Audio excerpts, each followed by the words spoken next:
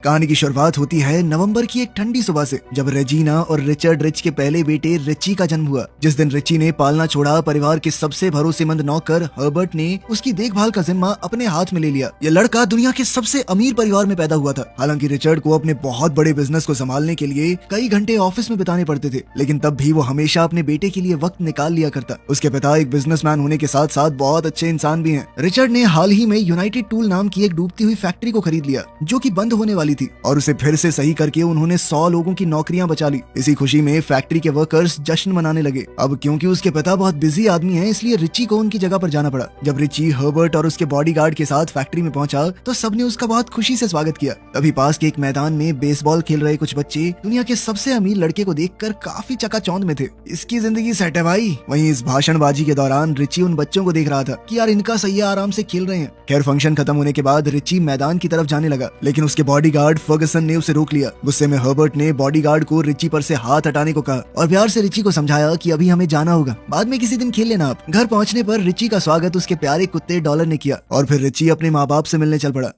घर जाकर रिची ने देखा कि उसकी माँ ने एक आर्टिस्ट से कहकर पास वाली पहाड़ी पर उनके परिवार की तस्वीर बनवा दी थी। कुछ ज्यादा ही अमीर नहीं है ये लोग। रिची को पढ़ाने का जिम्मा भी देश के बड़े बड़े साइंटिस्टों का था। अब वो अपनी साइंस क्लास के लिए प्रोफेसर कीन बीन की लैब में गया, जहाँ प्रोफेसर उसे अपने नए नए आविष्कार दिखाने लगा। उसने एक ऐसी मशीन बनाई थी जो कचरे को तोड़ मरोड़ कर उससे नई चीजें बना देती थी। प्रोफेसर ने एक बहुत ही ज्यादा मजबूत चिपकने वाली गोंद भी बना रखी थी। एक बुलेट प्रूफ स्प्रे था जिसे बस कपड़ों पे छिड़क दो और उसके बाद गोली भी आर पार नहीं हो सकती। आखिर में उसने रिची को एक रोबोट मधुमक्खी दिखाई, जो बनाई तो काम के लिए गई थी, लेकिन वो उसका इस्तेमाल करके हर्बर्ट को परेशान करने लग गया। लेकिन हर्बर्ट ने उसे आम मक्खी समझकर अपने अखबार से ढेर कर दिया। करोड़ों रुपए लगा के ये मधुमक्खी बनी थी और उसे यूं टेबल पे चपटा देखकर प्रोफेसर कीन बीन गुस्से से भर गया। उधर रेजिना की रखी हुई वो आर्टिस्ट लेजर बीम का इस्तेमाल करके मूर्ति को नकाश रही थी, और उधर से मिसेस रिच उसे बता रही थी कि कहाँ से क्या ठीक करना है। और रिचर्ड ना थोड़े मोटे लग रहे हैं, उनकी गालों का साइज थोड़ा कम कर दो। उसी शाम उनके घर पर लॉरेंस वैन डो नाम का आदमी बिना बताए आ गया। लॉरेंस मिस्टर रिच के पार्टनर्स में से एक है। रात को खाना खाते वक्त रिची ने टेबल के दूसरी तरफ बैठना पसंद किया ताकि उसे लॉरेंस के साथ न बैठना पड़े।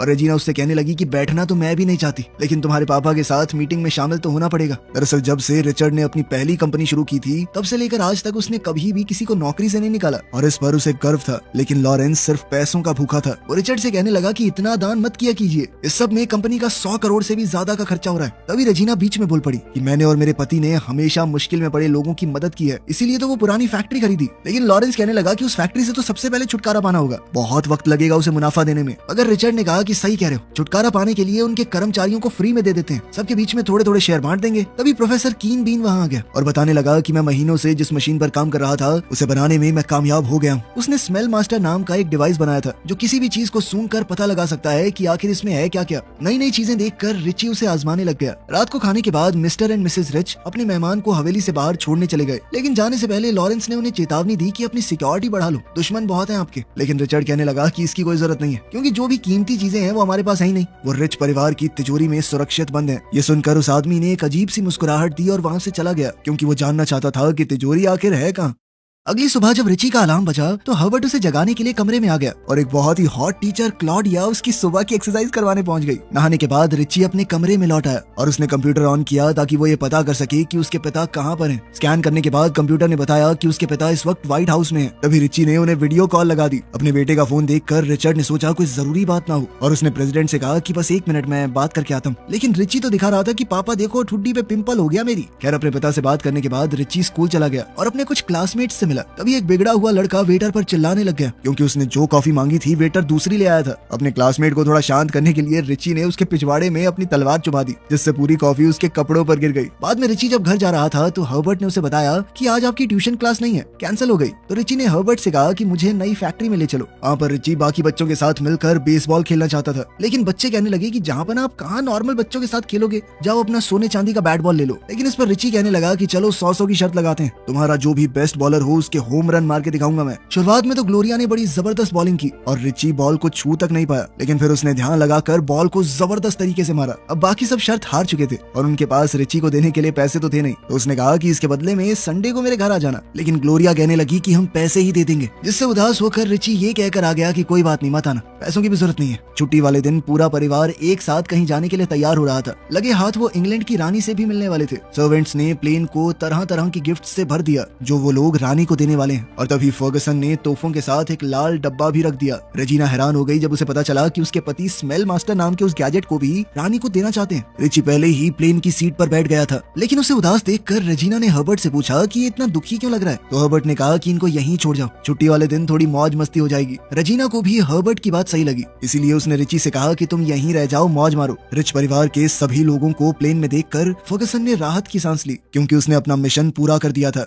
उसी दिन डायन ग्लोरिया की माँ हर्बर्ट के बुलाने पर रिची रिच की हवेली में आ गई। इतनी बड़ी हवेली को पास से देखकर बच्चे हैरान हो गए और फिर रिची ने भी बड़ी खुशी से उनका स्वागत किया। वो उनसे बिल्कुल भी नाराज नहीं था। रिची ने सबको अपने बड़े से घर का टूर दिया। उसके घर के अंदर अपना पर्सनल मैकडॉनल्ड्स था। खाना खाने के बाद रिची उन सबको अपने पर्सनल झूलों वाले पार्क में ले गया और सभी ने झूलों के मजे लिए। फिर सभी बच्चे क्वाड बाइक्स पर घूमने लगे। उस वक्त हर्बर्ट डायन को हवेली दिखा रहा था। तभी अचानक से बच्चे फुल स्पीड में आ गए तो हर्बर्ट ने तुरंत डायन को अपने पास खींच लिया ताकि उसे चोट न लगे। हवेली के आसपास रोमांच जारी रहा। अब रिची डॉलर और ग्लोरिया के साथ पेड़ के नीचे आराम करने लगा, जबकि बाकी बच्चे झील में जेट स्की चला रहे थे। आखिरकार रिची सबको रोलर कोस्टर वाला झूला दिखाने ले गया, जो उसे क्रिसमस वाले दिन गिफ्ट में मिला था। दूसरी तरफ ऑफिस में लॉरेंस ये सोचकर खुश होने लगा कि अब तक तो रिच परिवार समुद्र के बीच खो चुका होगा। उसने तो बड़े कमरे में शिफ्ट होने की तैयारी शुरू कर दी थी। उधर प्लेन के अंदर रिचर्ड ने अपनी बीवी से कहा कि अभी तुम प्लेन को संभालो, तब तक मैं कॉफी लेकर आता हूँ। रेजिना को शक हुआ कि उसका पति रानी के लिए ली हुई चॉकलेट्स खाने वाला है और उसने मना किया कि वो मत खाना, लेकिन रिचर्ड झूठ मूठ कहने लगा कि मैं अपनी डाइट के साथ मजाक नहीं करता। कॉफी पीने का नाटक करते हुए उसने स्मेल मास्टर निकाला और फिर चॉकलेट्स का डब्बा ढूंढने लगा। चॉकलेट तो नहीं मिली, लेकिन उस लाल तोहफे के अंदर एक अजीब सा केमिकल मिला। रिचर्ड रेजिना से पूछने गया कि इसके अंदर क्या है। केमिकल का नाम सुनते ही रेजिना समझ गई कि ये एक बॉम्ब है और उसने कहा कि तुरंत इसे बाहर फेंक दो। रिचर्ड ने जैसे ही खोल कर देखा तो टाइमर में अब कुछ ही सेकंड बचे थे। उसने बम को खिड़की से बाहर फेंका, लेकिन वो प्लेन के पिछले हिस्से से टकरा कर फट गया। नुकसान की वजह से अब उनका जहाज नीचे गिरने लगा। हादसे की खबर आने से पहले ही लॉरेंस ने तो रिचर्ड के ऑफिस में अपनी जगह बना ली और अपनी कामयाबी का जश्न मनाने के लिए उसने वाइन की बोतल खोल दी। अपने नए दोस्तों को अलविदा कहने के बाद रिच को यह दुख भरी खबर मिली कि उसके माता पिता का प्लेन अचानक से गायब हो गया है। रिची तुरंत अपने कमरे में दौड़ा और कंप्यूटर का इस्तेमाल करके अपने पिता का पता लगाने की कोशिश करने लगा, लेकिन लंबी तलाश के बाद भी कोई सिग्नल नहीं मिला। फिर जब ये खबर हर तरफ फैल गई तो फर्गसन लॉरेंस के नए ऑफिस में जाकर बताने लगा कि हमारे प्लान में थोड़ी सी गड़बड़ हो गई है। पता चल रहा है कि रिची को ऐन वक्त पर प्लेन से उतार दिया था, इसीलिए उसके परिवार की पूरी संपत्ति का कानूनन वही वारिस बनेगा। ये सुनकर लॉरेंस गुस्से से भर गया, लेकिन फिर कहने लगा जैसा मैंने उसके माँ बाप के साथ किया है वैसा ही इसके साथ भी करूंगा।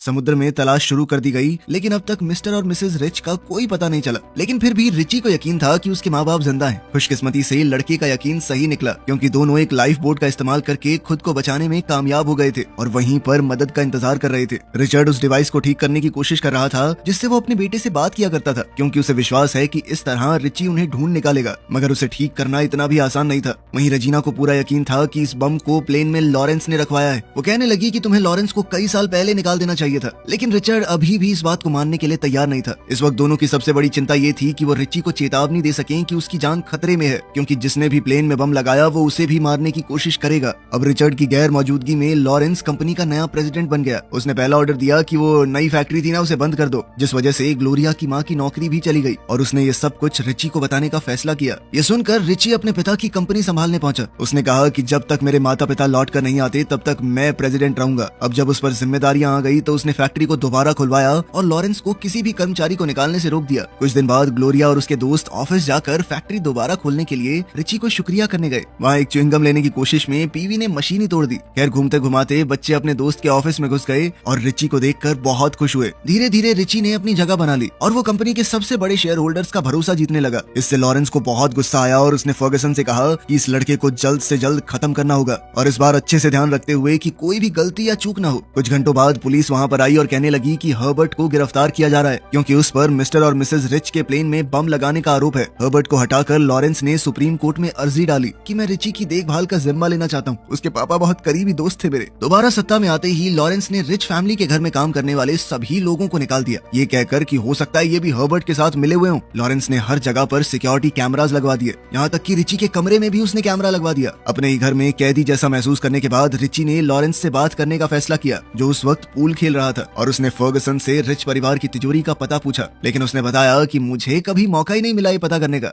उस वक्त लैब में प्रोफेसर कीन बीन ने अपने बनाए हुए एक डिवाइस से उनकी बात सुन ली और वो पूरी सच्चाई जान गया। कीन बीन ने फर्गसन की ये बात भी सुन ली कि जेल में हर्बर्ट से छुटकारा पाना होगा और बाद में ऐसा दिखा देंगे कि हर्बर्ट तो खुद ब खुद मर गया। इसके बाद प्रोफेसर ने रिची के पास जाकर सब कुछ बताया। अब दोनों मिलकर हर्बर्ट को बचाने का प्लान बनाने लगे और कीन बीन ने अपने बनाए हुए एसिड का इस्तेमाल करके जेल की सलाखों को गलाने का आइडिया निकाल लिया। रिची ने अपनी जिंदगी में पहली बार एक आम लड़के की तरह कपड़े पहने और जेल में हर्बर्ट को कुछ सामान देने चला गया। रिची ने हर्बर्ट को अपना चाचा बताया। बैग के अंदर सिर्फ सफाई का सामान और लैटिन में लिखा हुआ एक नोट देखकर पुलिस वाले ने पैकेट अंदर भेज दिया। बाद में जब हर्बर्ट बाथरूम गया तो उसने देखा कि टूथपेस्ट ने उसके टूथब्रश को गला दिया था, जिसके बाद वो नोट को पढ़ने लग गया। जिसके बाद उसे पता चला कि ये प्रोडक्ट लोहे की सलाखों को गलाने के लिए है। लेकिन भागने से पहले ही एक गुंडा बाथरूम में घुसकर टॉवल से उसका गला घोटने की कोशिश करने लगा। हर्बर्ट मदद के लिए चिल्लाने लगा लेकिन कोई नहीं आया। दोनों में लड़ाई शुरू हो गई और हैरानी की बात ये थी कि हर्बर्ट ने अपने दुश्मन को हरा दिया। जब वो जेल से बाहर निकला तो रिची बाहर उसका इंतजार कर रहा था और उन कपड़ों में हर्बर्ट उसे बड़ी ही मुश्किल से पहचान पाया। रिची ने फिर एक अखबार का आर्टिकल दिखाया जिसमें लिखा था कि प्लेन का मलबा मिल गया है, लेकिन उसके माता पिता की लाश वहाँ पर नहीं मिली। इस खबर ने रिची का विश्वास और मजबूत कर दिया कि उसके माँ बाप जिंदा हैं। फिर दोनों ग्लोरिया के घर गए और उन्होंने डायन से लड़की के कंप्यूटर को इस्तेमाल करने की इजाजत मांगी। उधर रिचर्ड डिवाइस को ठीक करने की कोशिश कर रहा था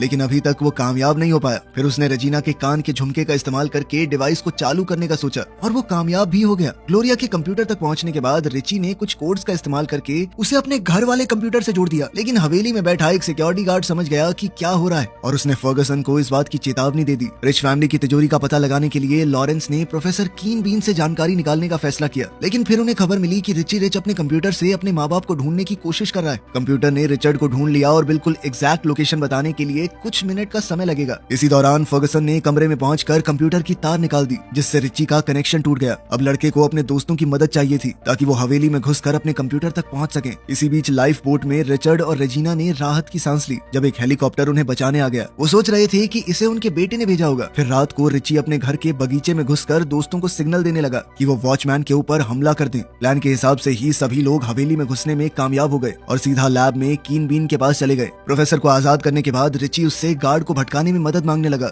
जब वो हर्बर्ट के साथ मिलकर अपने कमरे तक पहुंचने की कोशिश कर रहा था, प्रोफेसर ने सिक्योरिटी गार्ड को भटकाने के लिए गार्डन को पानी देने वाली टंकी में केमिकल मिला दिया और अचानक से फाउंटेन में कई बुलबुले उठने लगे। और जब हवेली में काम करने वाले लोग इस प्रॉब्लम को सुलझाने के लिए इकट्ठा हुए तब बीवी और बाकी बच्चों ने सिक्योरिटी कैमरास बंद कर दिए। तब रिची और हर्बर्ट बेडरूम में दौड़ कर गए जबकि बाकी बच्चे हवेली से बाहर भागने लगे। लेकिन कंप्यूटर चेक करने पर रिची उलझन में पड़ गया क्योंकि कंप्यूटर ने बताया कि उसके पिता तो हवेली में ही है। उनको हैरान करने के लिए लॉरेंस पहले से ही कमरे में उनका इंतजार कर रहा था और बेचारा रिची अपने माँ बाप को बंधा हुआ देखकर दुखी हो गया। बाहर एक सिक्योरिटी गार्ड ने बाकी बच्चों को पकड़ लिया और फर्गसन ने उन्हें लैब में ले जाने का आदेश दिया। जब उन्होंने लॉरेंस से पूछा कि तुम ये सब क्यों कर रहे हो तो लॉरेंस ने रिचर्ड से कहा कि चुपचाप तिजोरी का पता बता। तब उसे पता चला कि सबसे कीमती चीजें बगल वाले पहाड़ पर रखी हैं। अब लॉरेंस रिचर्ड और रेजिना को अपने साथ ले गया जबकि रिची को उसने फर्गसन के साथ छोड़ दिया ताकि रिचर्ड उसे धोखा न दे पाए। अपने बेहतरीन आविष्कारों को बैग में भरते हुए कीन बीन को एहसास हुआ कि उसकी लैब पर कब्जा किया जा रहा है, लेकिन वो छुपने में कामयाब हो गया। सिक्योरिटी गार्ड्स ने रिची के दोस्तों को एक पिंजरे में बंद करके ऐसी मशीन पर डाल दिया जो कचरे को खत्म करने के लिए बनी थी और अब थोड़ी ही देर में अगर कुछ हुआ नहीं तो उनकी चटनी बन जाएगी। अब प्रोफेसर ने बच्चों को बचाने और गार्ड्स को फंसाने के लिए एक जाल बनाया अपनी सबसे मजबूत गोंद का इस्तेमाल करके। लेकिन गार्ड्स को फंसाने के बाद प्रोफेसर खुद भी उस गोंद में चिपक गया। तभी उसने रोबोट वाली मधुमक्खी का इस्तेमाल करके फर्गसन के पिछवाड़े पे डंक बजवा दिया जिसके बाद वो सीधा जाके मशीन बंद करने वाले बटन से टकरा गया। उधर रिची प्रोफेसर की इन्वेंशंस वाला बैग लेकर अपने माँ बाप को बचाने के लिए भागा। तब तक लॉरेंस अपनी मंजिल तक पहुंच चुका था और फिर उसने दोनों को दरवाजा खोलने को कहा। इसके लिए उन्हें गाना गाना पड़ा ताकि सिक्योरिटी सिस्टम उनकी आवाज पहचान सके। फिर जब वो तिजोरी के अंदर पहुंचे तो लॉरेंस को पता चला कि अंदर कोई पैसा नहीं है और रिचर्ड ने कहा कि हमारे यहाँ परिवार ही सबसे कीमती चीज है और यहाँ वो यादें बंद हैं जो उन्होंने अपने बेटे के साथ मिलकर बनाई थी। फिर लॉरेंस गुस्से में पूछने लगा कि सारा पैसा कहाँ है और रिचर्ड ने कहा कि उसकी संपत्ति रियल एस्टेट, बैंक और कंपनी के शेयर्स में लगी हुई है। गुस्से में लॉरेंस ने अपने आदमियों को दोनों को खत्म करने के लिए कहा और तभी रिची तलवार लेकर उसे रोकने आ गया। लॉरेंस ने उसे देखते ही उस पर गोलियां चला दी लेकिन रिची को कुछ नहीं हुआ क्योंकि रिची ने तिजोरी में घुसने से पहले बुलेट प्रूफ स्प्रे मार लिया था। इस मौके का फायदा उठाकर रिचर्ड और रेजिना ने लॉरेंस और उसके सिक्योरिटी गार्ड को गिरा दिया। फिर वो तिजोरी से भाग निकले और रिचर्ड ने अपने दुश्मनों को अंदर ही बंद कर दिया लेकिन लॉरेंस किसी तरह बच निकला और परिवार का पीछा करने लगा। अब तीनों को अपनी बनाई हुई मूर्तियों के कान के रास्ते से भागना पड़ा। फर्गसन ने उन्हें देख लिया और वो लेजर बीम का इस्तेमाल करके उन्हें खत्म करने की कोशिश करने लगा। थोड़ी देर बाद लॉरेंस भी वहां पहुंच गया और उन पर गोलियां चलाने की कोशिश करता रहा लेकिन उसके अनाड़ी सिक्योरिटी गार्ड ने उसे रोक दिया। जब रिच परिवार धीरे धीरे मौत के मुंह की तरफ बढ़ रहा था तो हर्बर्ट ने आकर फर्गसन पर हमला बोल दिया। दोनों के बीच जबरदस्त लड़ाई हुई और फर्गसन ने एक बार फिर से लेजर का इस्तेमाल करके मूर्तियां तोड़नी शुरू कर दी। रेजिना गिरने वाली थी, पर तभी रिचर्ड ने उसे झुलाकर सीधा अपनी मूर्ति के मुंह पर पहुंचा दिया। फिर वो अपने बेटे को नीचे आने में मदद करने लगा, लेकिन फर्गसन परिवार के लिए मुश्किलें खड़ी करने पर तुला हुआ था। हर्बर्ट को हराने के बाद सिक्योरिटी गार्ड फिर से मूर्तियों को तोड़ने में लग गया और तब तक नहीं रुका जब तक हर्बर्ट ने उसके सर पे एक मूर्ति देके नहीं मारी। फिर हर्बर्ट ने लेजर के ऊपर कब्जा करके लॉरेंस पर हमला कर दिया और लॉरेंस अब एक रस्सी से लटका हुआ था। ठीक उसी वक्त पर रिचर्ड ने उसे अपनी कंपनी से निकाल दिया और रेजिना ने जोरदार मुक्का दिया। कुछ महीनों बाद लॉरेंस और उसके वफादार साथी जब जेल से बाहर आए तो वो एक बगीचे में माली का काम करते हुए दिखे। इस दौरान रिची और उसके दोस्त अपनी जीत का जश्न मना रहे थे। हर्बर्ट ने भी थोड़ी हिम्मत दिखाते हुए डायन को किस किया। अपने बेटे को कुछ सच्चे दोस्तों के साथ देखकर रिचर्ड और रेजिना को बहुत खुशी हुई।